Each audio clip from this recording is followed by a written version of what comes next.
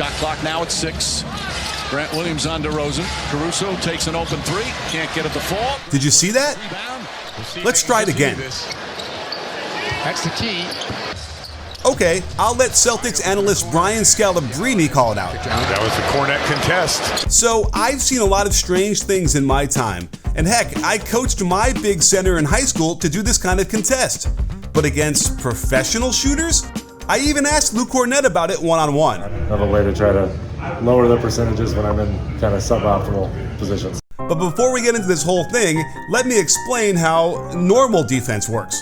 Playing defense has always been about putting pressure on the ball, making the offensive player feel you, forcing him to change directions, staying between your man and the basket, and going for deflections. We've adjusted how we teach it, going away from the old step slide method to turning and running in order to keep up with the better and faster dribblers of today. And with pick and roll defense, we have a whole system designed to contain the ball handler, zone up the weak side to tag the roll man, then close out hard to contest threes in the air. In fact, the days of choppy step closeouts are over, as NBA teams have learned the best way to lower the three-point percentage is to contest the shot in the air. While blocking three-point shots is extremely rare, it's hard to find a lot of threes where there isn't a defender running at him and leaping with his hand up. But maybe we're all wrong. Maybe Luke Kornet is onto something. Maybe by jumping in the air with both arms up, thereby obscuring the view of the rim, it's distracting enough to a shooter that they'll miss. I mean, it's so crazy, it just might work.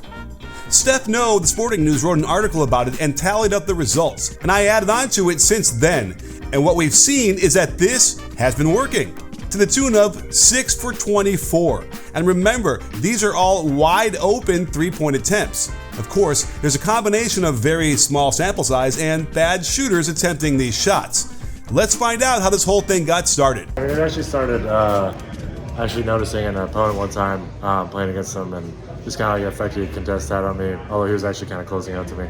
And then it really just kind of started organically with me realizing, like, if you can affect kind of the visual for the shooter, that has an effect. And I started trying to practice and during my time in the G League, especially on pick and pops where I wasn't really going to recover anyways, and kind of just grew from that of a way to try to lower the percentages when I'm in kind of suboptimal positions. So here's the question I have from all coaches have. What are the coaching staff saying about these contests?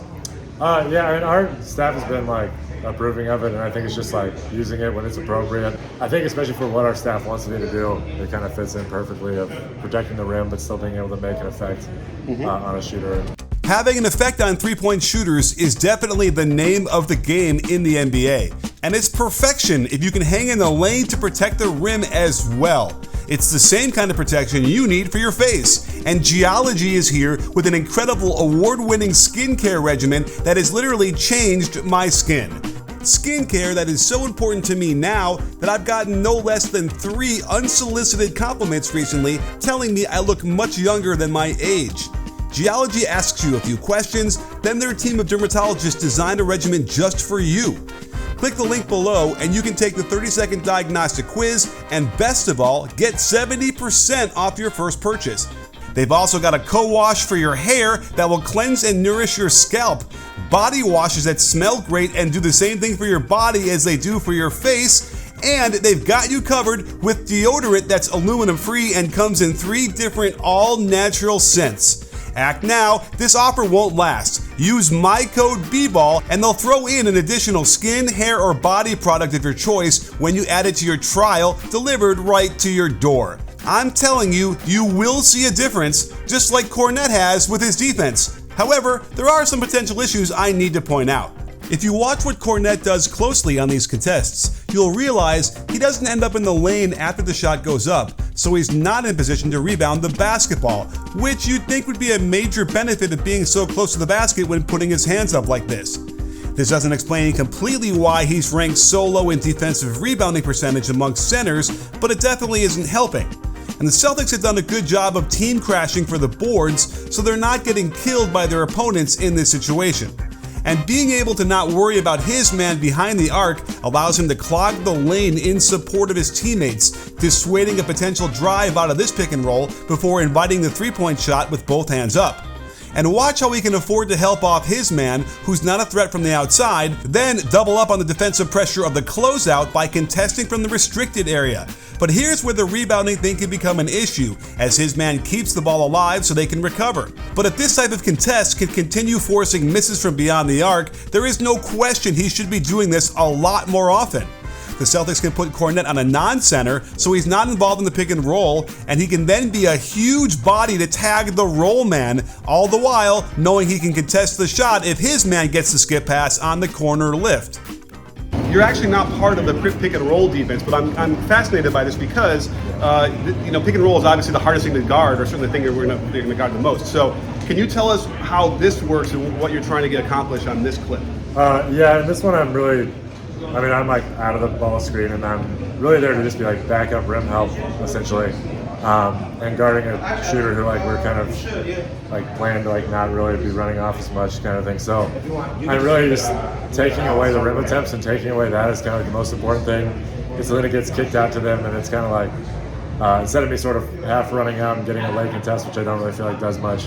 I give the contest an attempt, and even though it actually makes this one, it's like right. I feel like it's putting me in a better position to contest it than it would otherwise. It's taking away kind of the best option for the offense. So yeah. Interesting. And the take on it is if you can interrupt the sight line of the shooter, that might disrupt the shot itself.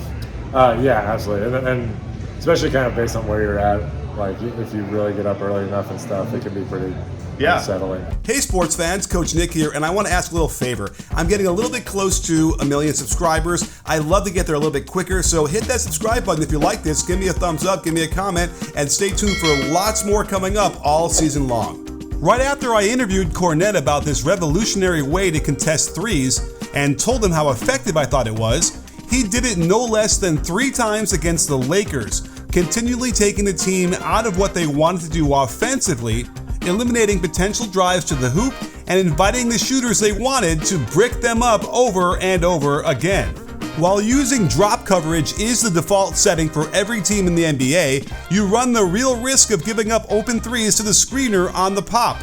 But if you figure out a way to make an average shooter miss a few more shots, you're suddenly changing the entire landscape of how teams want to defend, making it easier for the defense, which is something that hasn't happened for decades as the skill level and shooting ability of players has continued to skyrocket.